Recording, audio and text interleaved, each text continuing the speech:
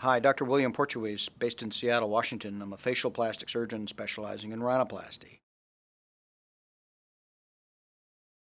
Trauma to the nose can cause a variety of issues. It can cause a bump to form where there's bone cells that go in to repair a fractured nose. So you're adding more bone cells because the bone is trying to close the gap where the fracture is. Well, that creates a hump because that's a growth center in the nose.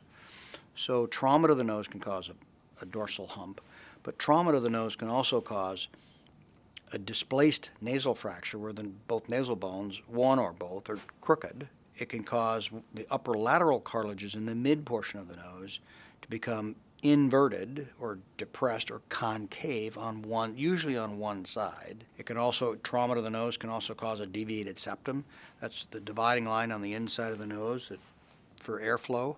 And when you get hit in the nose, it creates a deviation. That deviation is then blocking airflow. There's a lot of things that can happen when you get your nose broken or trauma to the nose from a variety of different issues.